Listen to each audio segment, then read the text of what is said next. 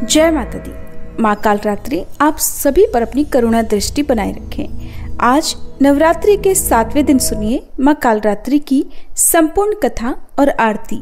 कथा से पहले आइए हम सभी माँ कालरात्रि का ध्यान करें। माँ कालरात्रि की 4 भुजाएं हैं। ऊपर की दाहिनी भुजा से माँ भक्तों को वर प्रदान करती हैं, निचली दाईं भुजा से अभय देती हैं, जबकि बाईं भुजाओं में माँ खड्ग और कटीला मूसल धारण करती हैं। माँ कालरात्रि के केश खुले हुए हैं और गले में बिजली की माला शोभा पा रही है। ऐसा लगता है मानो बिजली चमक रही हो। क्रोध में माँ की नासिका से अग्नि की ज्वालाएं निकलती रहती हैं। माँ कालरात्रि गर्दभ यानी गधे की सवारी करती हैं।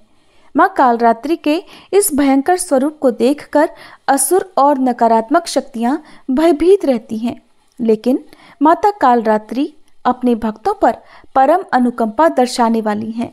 भक्तों के लिए सुलभ और ममतामयी होने के कारण माता को शुभंकरी भी कहा जाता है।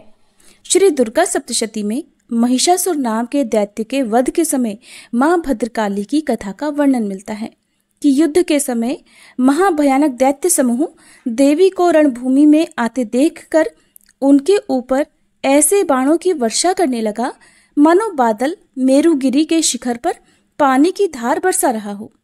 तब देवी ने अपने बाणों से उस बाण समूह को अनायास ही काटकर उसके घोड़े और सारथियों को भी मार डाला।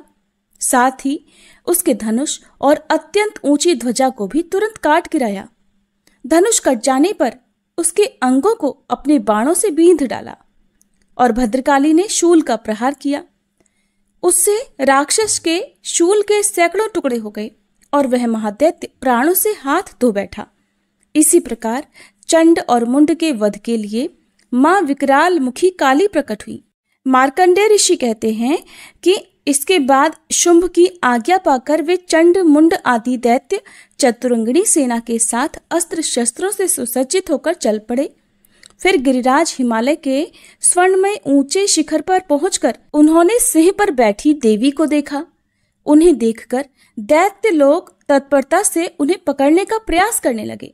तब देवी अंबिका ने उन शत्रुओं के प्रति बड़ा क्रोध किया। उस समय क्रोध के कारण उनका मुख काला पड़ गया, ललाट में भौहें टेढ़ी हो गई और वहीं से तुरंत विकराल मुखी काली प्रकट हुई, जो तलवार और पाश लिए हुए थी।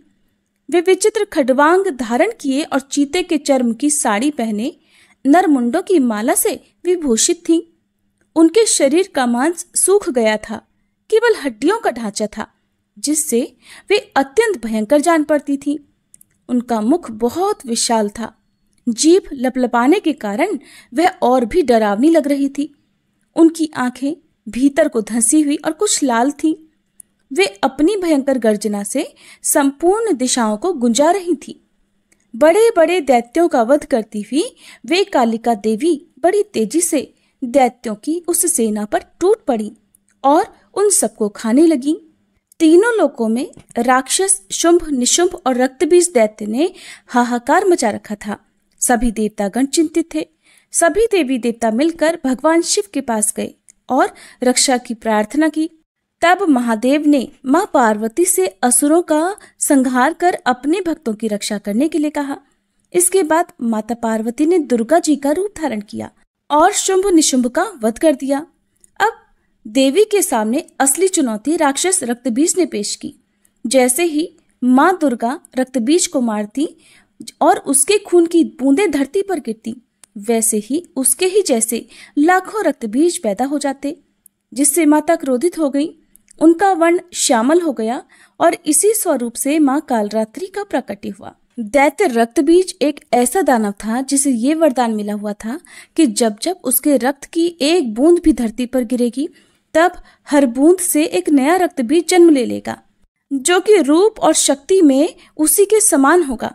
ऐसे में मां कालरात्रि ने रक्तबीज की गर्दन काटकर उसे खप्पर में रख लिया, ताकि रक्त की बूंदें नीचे ना गिरे और उसका सारा खून पी गई।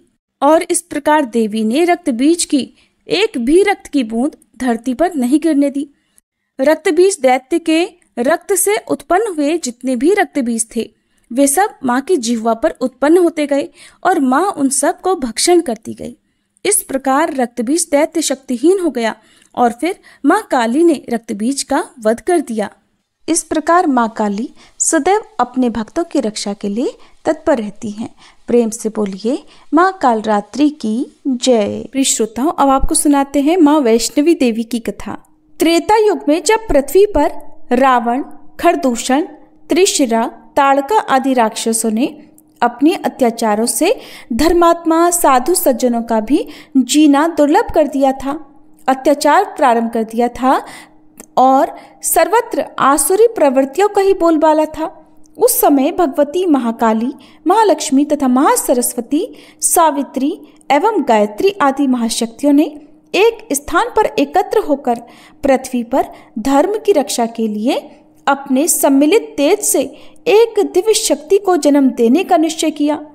फलस्वरूप उसी समय इन सभी देवियों के शरीर से तेज की एक एक किरण ने निकलकर एक स्थान पर संयुक्त हो एक सुंदर दिव्य बालिका का स्वरूप धारण कर लिया। उस दिव्य बालिका ने प्रकट होकर महाशक्तियों से पूछा, आपने मुझे किसके लिए उत्पन्न किया है? मेरा क्या नाम है और मुझे क्या करना होगा? ये सुनकर महादेवियों ने उस दिव्य बालिका से कहा, हे कन्ये, तुम्हारा नाम वैष्णवी है। पृथ्वी पर धर्म की रक्षा के उद्देश्य से हमने तुम्हें प्रकट किया है। अब तुम दक्षिण भारत में रत्नाकर सागर के घर में पुत्री बनकर प्रकट हो। वहां तुम भगवान विष्णु के अवतार भगवान श्री रामचंद्र जी की पत्नी सीता का रावण द्वारा हरण करने पर उनकी रक्षा करना। इसके बाद तुम वैष्णव धर्म का प्रचार करना और अपनी आत्म प्रेरणा के अनुसार सब कार्यों को करना। इस घटना के कुछ समय बाद उस कन्या ने रत्नाकर सागर के घर में जन्म लिया। वहां उनका नाम वैष्णवी रखा गया। वैष्णवी ने अल्पायु में ही अपने रूप, गुण और अलौकिक शक्तियों से चमत्कृत करना आरंभ कर दिया। कुछ ही दिनों में उस दिव्य कन्या की प्रसिद्धि दूर दूर तक फैल गई। सहस्त्रों व्यक्ति रत्नाकर सागर के यहाँ उस कन्या के दर्शनों के लिए आने जाने लगे। कुछ समय बाद वह दिव्य कन्या अपने पिता से आज्ञा प्राप्त कर समुद्र तट के एक निर्जन प्रांत में कुटी बनाकर रहने लगी। वहां हर समय श्री रामचंद्र जी का ध्यान स्मरण करना ही उसका मुख्य कार्य था। उसकी तपस्या को देखकर सूर्य नारायण ने उसे एक दिव्य कमंडल भेंट किया। जब भगवान विष्णु ने श्री रामचंद्र जी के रूप में अयोध्या में अवतार लिया और वे अपने पिता राजा दशरथ की आज्ञा से वनवासी हुए, उस समय वह कन्या वैष्णवी समुद्र तट पर अपनी कुटिया में समाधि लगाए हुए श्री रामचंद्र जी के आगमन की प्रतीक्षा कर रही थी।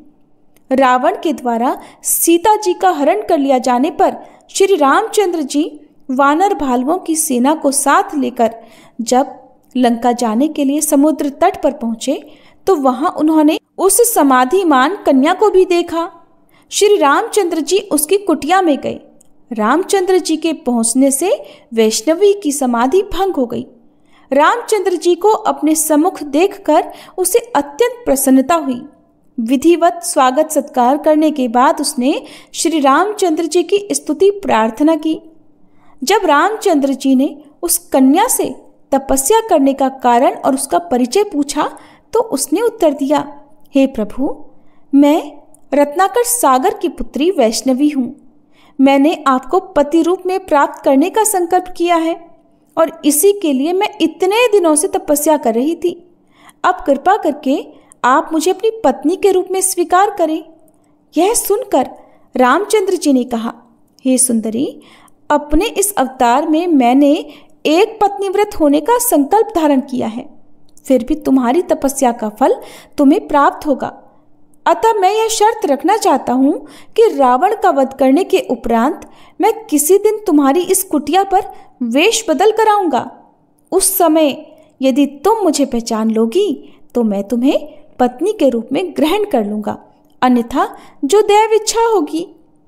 इतना कहकर श्री रामचंद्र जी वहां से चले गए और वैष्णवी पहले की तरह समाधिस्थ हो गई।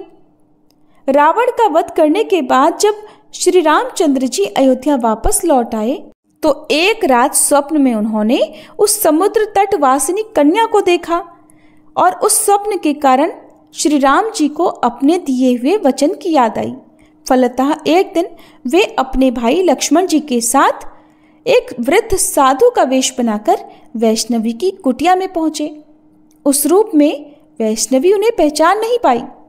तब रामचंद्र जी ने स्वयं ही अपना परिचय देते हुए कहा, हे देवी, दैव को यह स्वीकार नहीं है कि वह मेरे संकल्प की पूर्ति ना होने दे। इस अवतार में मैं एक पत्नी व्रत ही रहना चाहता था। इस कारण तुम मुझे इस बदले हुए वेश में नहीं पहचान सकी। इसमें तुम्हारा कोई दोष नहीं है, विधाता का विधान ही ऐसा था।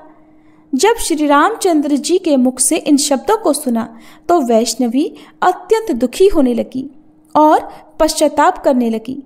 तब श्री राम जी ने आश्वासन देते हुए कहा, हे कल्याणी, तुम मन में दुखी मत हो। कलयुग में जब मेरा कल्कि अवतार होगा तब मैं तुम्हें अपनी शक्ति के रूप में ग्रहण करूंगा। उस समय तक के लिए तुम उत्तर भारत में मणिक पर्वत के 3 शिखरों वाले त्रिकूट पर्वत की उस रम्य गुफा में, जिसमें 3 महाशक्तियों का निवास है और शीतल जल सदैव प्रवाहित होता रहता है, जाकर तपस्या करो। वहां मेरे सेवक हनुमान, जामवंत, नल, नील आदि तुम्हारे प्रहरी रहेंगे। उस स्थान पर सभी लोग तुम्हारे दर्शनों को पहुंचा करेंगे और संपूर्ण भारत में तुम्हारी ख्याति और महिमा फैलेगी। तुम उस क्षेत्र में रहकर आसुरी वृत्ति वाले दुष्ट राजा भैरव का संहार करके धर्म का प्रचार करना।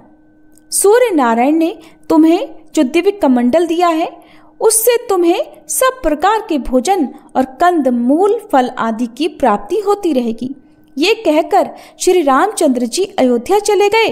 तब वैष्णवी भी त्रिकूट पर्वत पर जाकर निवास करने लगी। वैष्णवी देवी ने उस क्षेत्र में देवी संपत्ति तथा वैष्णव धर्म का प्रचार करना आरंभ कर दिया। कलयुग आने पर उस क्षेत्र में भैरव बली नामक एक दुष्ट राजा ने सतलुज से लेकर झेलम नदी तक अपना साम्राज्य स्थापित कर लिया। वह आसुरी भावों से संपन्न तथा वैष्णव धर्म का घोर विरोधी था। वैष्णव धर्म के अनुयायियों पर वह तरह तरह के अत्याचार किया करता। उसके कारण उस क्षेत्र के निवासी भगवत भक्तों में हाहाकार मच गया। वैष्णवी देवी ने जब यह हाल देखा तो उन्होंने भैरव बली के विरुद्ध समस्त वैष्णवों को एकत्र करके भगवत भक्ति के प्रचार का आंदोलन प्रारंभ कर दिया।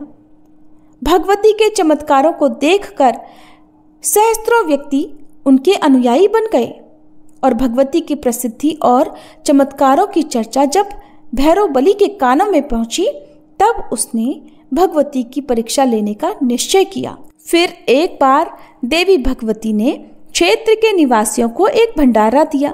उस भंडारे में सहस्त्रों व्यक्ति सम्मिलित हुए। देवी ने अपने दिव्य कमंडल में से तरह तरह के स्वादिष्ट भोजन से सभी को संतुष्ट किया। भैरव बली भी उस भंडारे में गुप्त रूप से सम्मिलित हुआ था। उसने जब देवी के चमत्कार और सौंदर्य को देखा तो वह उन पर मोहित हो गया और उसने मन ही मन निश्चय कर लिया कि मैं तो इस सुंदरी को ही अपनी पत्नी बनाऊंगा। वहां से लौटकर भैरव बली ने अपने दूत के द्वारा भगवती के पास यह समाचार भिजवाया कि राजा भैरव बली तुम्हारे साथ विवाह करना चाहते हैं, इसलिए तुम उनके प्रस्ताव को स्वीकार कर लो।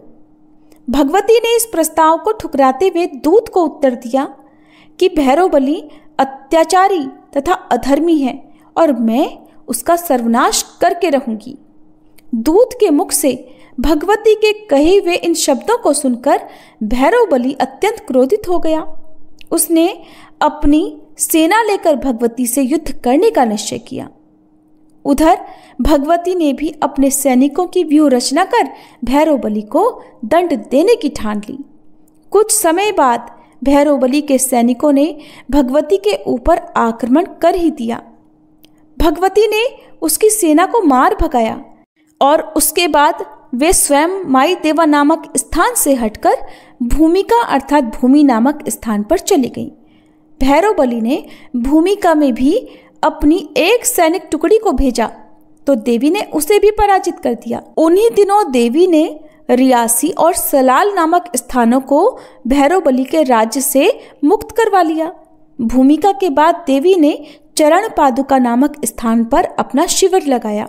वहां से चलकर आदि कुमारी नामक स्थान पर वे कुछ दिनों तक रहीं। आदि कुमारी में भगवती ने अपने सैनिकों का जलकष्ट दूर करने के लिए एक सूखे तालाब को सुस्वादु जल से परिपूर्ण कर दिया, जो अभी तक विद्यमान है। भैरवबली ने अपने सैनिकों के साथ इस स्थान पर तीनों ओर से चढ़ाई कर दी। इस स्थान पर जो भयंकर युद्ध हुआ, उसमें भैरवबली के असंख्य सैनिक और सेनापति हताहत हुए। इसके बाद भगवती ने गर्भ गुफा में अपना डेरा डालकर युद्ध का संचालन किया। परिणाम स्वरूप इस क्षेत्र में भैरवबली और भगवती के सैनिकों में कदम कदम पर युद्ध होने लगे। आदि कुमारी के बाद सांची छत और भैरव टाप पर भैरवबली को इतनी बड़ी पराजय मिली कि कुछ दिनों के लिए उसे युद्ध बंद करना पड़ा। इसी बीच भगवती ने किश्तवाड़, रामनगर तथा भद्रवाह आदि अनेकों स्थानों को भैरवबली के साम्राज्य से मुक्त कराकर वहां पर अपना शासन स्थापित कर लिया और करथला, पिंगला, राजेश्वरी आदि देवियों को इन स्थानों का शासन करने के लिए नियुक्त कर दिया। भैरवबली के साम्राज्य में केवल सतलुज का क्षेत्र बच गया। कुछ दिनों के बाद युद्ध बंद रखकर उसने एक बार फिर से नए सिरे से अपनी सेना संगठित की। इस बीच भगवती उस गुफा में जाकर निवास करने लगी थी, जिसे आजकल वैष्णो देवी दरबार की पवित्र गुफा कहा जाता है और जिसमें रहकर तपस्या करने के लिए रामचंद्र जी ने भगवती को आदेश दिया था। कुछ समय बाद भैरवबली ने अपनी सेना इकट्ठी करके उस गुफा पर आक्रमण कर दिया। जिस समय उसने गुफा के भीतर प्रवेश करना चाहा, उसी समय भगवती ने अपने चक्र द्वारा उसका सिर काट डाला और चक्र से कटा हुआ भैरवबली का मस्तक उस स्थान से लगभग 2 किलोमीटर की दूरी पर जा गिरा और वह वहीं गुफा के दरवाजे पर पड़ा रहा। इसके बाद देवी भैरव के कटे हुए मस्तक के पास जाकर बोली, अरे दुष्ट, इतने दिनों तक मैं तुझे खेल खिलाती रही थी, परंतु तू अपनी दुष्टता से बाज नहीं आया। अब इस स्थिति को प्राप्त होने के बाद तेरी क्या इच्छा रह गई, उसे भी कह दे। भगवती द्वारा इस प्रकार कहे जाने पर भैरवबली के मस्तक ने अत्यंत पश्चाताप प्रकट करते हुए कहा, हे देवी, मैं मूढ़ माया के वशीभूत होकर आपकी महिमा को नहीं जान पाया, जिसका फल मुझे प्राप्त हो चुका है। अब मेरी बस यही प्रार्थना है कि आप कृपा करके मेरे समस्त अपराधों को क्षमा कर दें। हे माता, पुत्र कुपुत्र हो सकता है, परंतु माता कभी कुमाता नहीं होती। आप मुझे अपनी शरण में जानकर सद्गति प्रदान करें और हे माते, ऐसा आशीर्वाद दें जिससे मुझ पापी को इस संसार में भी यश की प्राप्ति हो सके। भैरव के इस विनीत वचनों को सुनकर भगवती वैष्णवी ने दयालु होकर उससे कहा, हे भैरव, तुम्हारी आसुरी भावना अब नष्ट हो चुकी है और तुमने शुद्ध आत्मा से प्रायश्चित प्रकट करके मुझसे प्रार्थना भी की है। मैं तुम्हें ये वर देती हूँ कि भविष्य में मेरी पूजा के लिए जो लोग इस स्थान पर मेरे दर्शनों के लिए आएंगे, वे तुम्हारी भी पूजा करेंगे और वे मेरे दर्शनों के बाद तुम्हारे भी दर्शन करेंगे। इससे उनकी यात्रा सफल होगी और जो लोग तुम्हारे दर्शन नहीं करेंगे, उनकी यात्रा सफल नहीं होगी। इतना कहकर भगवती पुनः अपनी गुफा में जा विराजी और भगवान श्री राम के ध्यान में समाधिस्थ हो गई। भैरव का कटा हुआ मस्तक भी उसी स्थान पर पत्थर बन गया। भैरव का जो धड़ माता की गुफा के दरवाजे पर गिरा था, वो भी पत्थर का हो गया। जिस स्थान पर भैरव का मस्तक गिरा था, वहां पर इन दिनों भैरव का मंदिर बना हुआ है। भगवती वैष्णवी की गुफा की यात्रा करने वाले भक्त माता के दर्शन करने के बाद लौटते समय भैरव मंदिर के भी दर्शन करते हैं, परंतु माता के दर्शनों से पहले भैरव मंदिर के दर्शन नहीं किए जाते। ऐसी मान्यता है भगवती वैष्णवी अपनी पवित्र गुफा में समाधिस्थ होकर भगवान श्री राम का ध्यान कर रही हैं और कल्कि अवतार होने की प्रतीक्षा में हैं। पवित्र गुफा में जो 3 पिंडियां हैं, वे भगवती महाकाली, महालक्ष्मी और महासरस्वती की प्रतीक हैं। भगवती वैष्णवी सीता जी के अंश से उत्पन्न हुई हैं, इसलिए वे भगवती महालक्ष्मी जी की ही प्रतिरूप हैं। गुफा में स्थित पिंडियों में बीच वाली पिंडी भगवती महालक्ष्मी जी की है। उसी को भगवती वैष्णवी भी कहा जाता है और भक्तजनों को वैष्णो माता के नाम से उस पिंडी के दर्शन कराए जाते हैं। वैष्णो शब्द वैष्णो देवी का ही अपभ्रंश नाम है। क्षेत्रीय भाषा के अनुसार भगवती वैष्णवी देवी ही वैष्णो देवी के नाम से प्रसिद्ध हैं। कलयुग के अंत में भगवान विष्णु जब कल की अवतार लेंगे, उस समय यही भगवती वैष्णवी देवी उनकी मुख्य शक्ति होंगी। उस समय वे दुष्टों का संहार करके संसार में धर्म की स्थापना तथा अधर्म का विनाश करेंगी। जो श्रद्धालु भक्त वैष्णो देवी दर्शन करने जाते हैं, उनकी सभी मनोकामनाएं देवी माँ पूर्ण करती हैं। सभी प्रेम से बोलिए माँ वैष्णवी देवी की जय। अब सुनिए श्री दुर्गा चालीसा पाठ, आरती और क्षमा याचना। नमो नमो दुर्गे सुख करनी, नमो नमो अम्बे दुख हरनी। निरंकार है ज्योति तुम्हारी, तिहु लोक फैली उजियारी। शशि ललाट मुख महाविशाला, नेत्र लाल भ्रकुटी विकराला। रूप मातु को अधिक सुहावे, दर्श करत जन अति सुख पावे। तुम संसार शक्ति लय कीना, पालन हेतु अन्न धन दीना। अन्नपूर्णा हुई जगपाला, तुम ही आदि सुंदरी बाला। प्रलय काल सब नाशनहारी, तुम गौरी शिव शंकर प्यारी। शिव योगी तुम्हारे गुण गावे, ब्रह्मा विष्णु तुम्हें नित ध्यावे। रूप सरस्वती को तुम धारा, दे सुबुद्धि ऋषि मुनिन उबारा। धर्यो रूप नरसिंह को अम्बा, प्रगट भई फाड़ कर खम्बा। रक्षा करी प्रहलाद बचायो, हिरणाकुश को स्वर्ग पठायो। लक्ष्मी रूप धरो जग माही, श्री नारायण अंग समाही। क्षीर सिंधु में करत विलासा, दया सिंधु दीजे मन आसा। हिंगलाज में तुम ही भवानी, महिमा अमित न जात बखानी। मातंगी अरुधुमावती माता, भुवनेश्वरी बगला सुखदाता। श्री भैरव तारा जगतारिणी, छिन्न भाल भव दुख निवारिणी।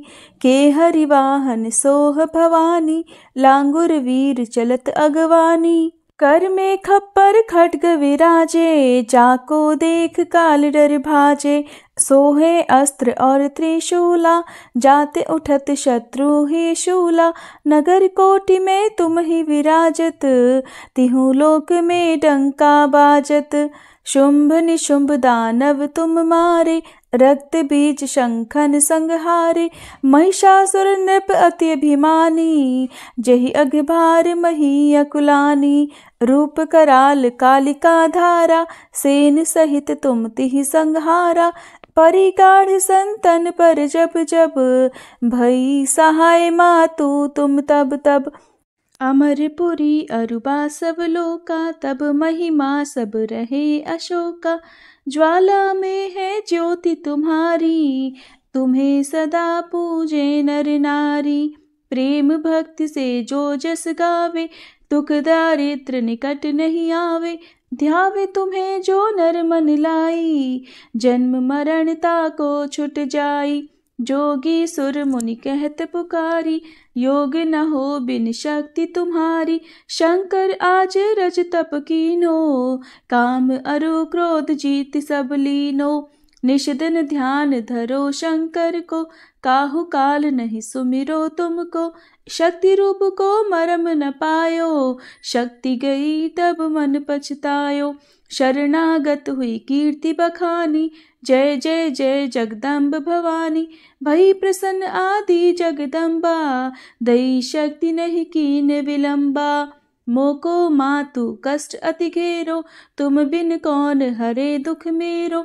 आशा तृष्णा निपट सतावे, मोह मदादिक सब विनशावे। शत्रुनाश की जय महारानी, सुमिरो एक चित तुम्हें भवानी। करो कृपा है मातु दयाला, रिद्धि सिद्धि दे करहु निहाला। जब लग जीऊँ दया फल पाऊँ, तुमरो यश मैं सदा सुनाऊँ। दुर्गा चालीसा जो कोई गावे, सब सुख भोग परम पद पावे। श्री दुर्गा चालीसा समाप्त। ओम जयति जय काल रात्रि, मैया जयति जय काल रात्रि। दुष्टों की संहारिणी, सुखों की माँ दात्री। ओम जयति जय काल रात्रि। रूप भयंकर माँ का, दुष्ट सदा कांपे। भक्त सदा हर्षावे, रिद्धि सिद्धि पाते। ओम जयति जय काल रात्रि। महामाई तुम जग की दयामयी हो माँ। भैरवी भद्र काली, चामुंडा कई नामा।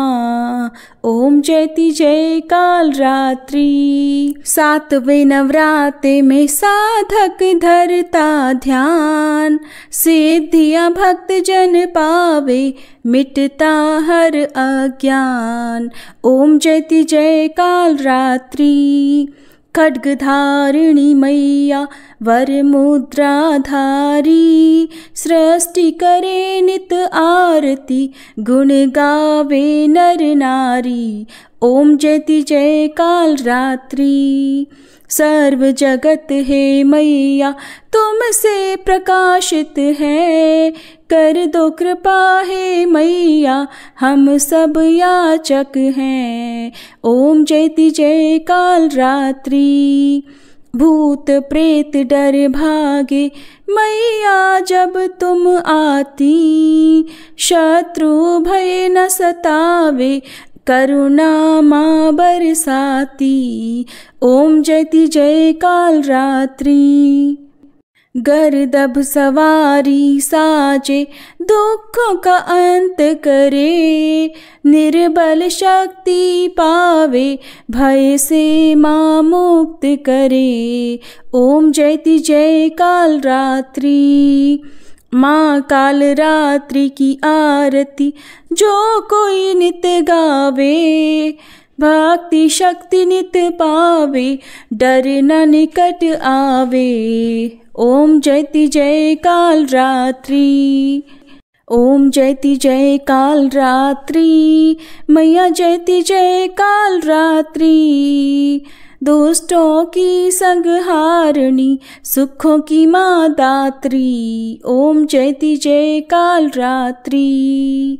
सभी प्रेम से बोलिए शेरों वाली मैया की जय, काल रात्रि मैया की जय। प्रिय भक्तजनों, अब हम सभी मिलकर माता रानी से क्षमा याचना करते हैं ताकि हमारे द्वारा हुई किसी भी गलती के लिए माता रानी हमें क्षमा कर सके। हे परमेश्वरी, मेरे द्वारा रात दिन सहस्त्रों अपराध होते रहे हैं, अतः आप मुझे अपनी सेवक समझकर कृपा पूर्वक मेरे उन अपराधों को क्षमा करो। न तो मैं आह्वान करना ही जानती हूँ, न विसर्जन करना ही जानती हूँ, और न पूजा ही करना जानती हूँ। हे परमेश्वरी, मुझे क्षमा करो। हे सुरेश्वरी, मैंने जो मंत्रहीन, क्रियाहीन और भक्तिहीन पूजन किया है वह सब आपकी दया से पूर्ण हो। सैकड़ों अपराध करके भी भक्त आपकी शरण में आकर केवल जगदम्ब कहकर ही मोक्ष को प्राप्त करते हैं, जिसे ब्रह्मादि देवगण भी पाने में असमर्थ होते हैं। हे जगदम्बिके, मैं अपराधी हूँ, किंतु आपकी शरण में आई हूँ, अतः इस समय मैं दया की पात्र हूँ। आप जैसा चाहो वैसा करो। अज्ञानवश या बुद्धि भ्रम होने के कारण भूल से मैंने जो कुछ भी कम या अधिक कर दिया हो, हे देवी, हे परमेश्वरी, सब अपराध क्षमा करो और प्रसन्न हो। हे जगन्माता, हे कामेश्वरी, सच्चिदानंद स्वरूपिणी परमेश्वरी, आप प्रेम पूर्वक मेरी यह पूजा स्वीकार करो और मुझ पर प्रसन्न हो। आप गुप्त से भी गुप्त वस्तु की रक्षा करने वाली हो। आप मेरे किए हुए इस जप को ग्रहण करके मेरे सभी अपराधों को क्षमा करो। हे देवी, हे महेश्वरी, आपकी कृपा से मुझे सिद्धि की प्राप्ति हो।